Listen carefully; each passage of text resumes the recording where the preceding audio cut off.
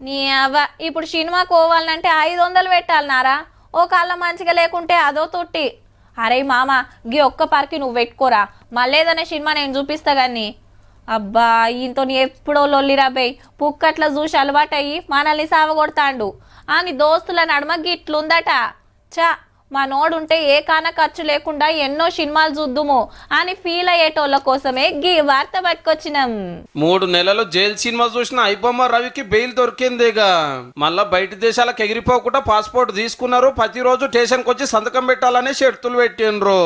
అంతేకాదు ఇంటర్నెట్ అస్సలు వాడద్దట. ఒక అల్ల వాడాల్సి వస్తే పోలీసుల పర్మిషన్ తీసుకోవాలి, ఏం అక్కరుందో చెప్పాలన్నట.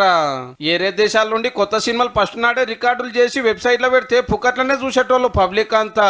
చెల్ ఎవరు టాకీస్ లకు వస్తలేరు, మా బిజినెస్ దివాలా తీస్తుందని సినిమాలు కంప్లైంట్ల మీద కంప్లైంట్లు ఇస్తే మనోడు హైదరాబాద్ కు వస్తున్నది మతలాబ్ తెలుసుకొని పట్టుకున్నారు.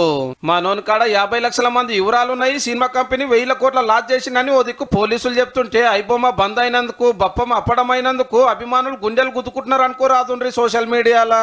పుక్కట్లనే కొత్త సినిమాలు చూపించే పేదల దేవుడని, యూత్ పర్సన్ కాపాడే వీరుడని, ఫ్యామిలీకి పైసలు మిగిల్చే సూర్యుడని సీదా దేవుణ్ణి వేసిండ్రు. సినిమాలు ఏమన్నా సంఘ సేవ చేస్తున్నారా, ఫ్రీగా టాకీస్ లకు ఇడుస్తున్నారా? టికెట్లు పెడతలేరా, రేట్లు పెంచుతలేరా, వినోదం పేరు మీద మీరు బిజినెస్ చేస్తలేరా అని ఎన్నో లాజిక్లు మాట్లాడినా మనోనికి బెయిల్ దొరకద్దని మస్తు కష్టపడ్డారు పోలీసులు. ఎన్ని మాటల దరఖాస్తు పెట్టినా ఉత్తదే అవుతుండే.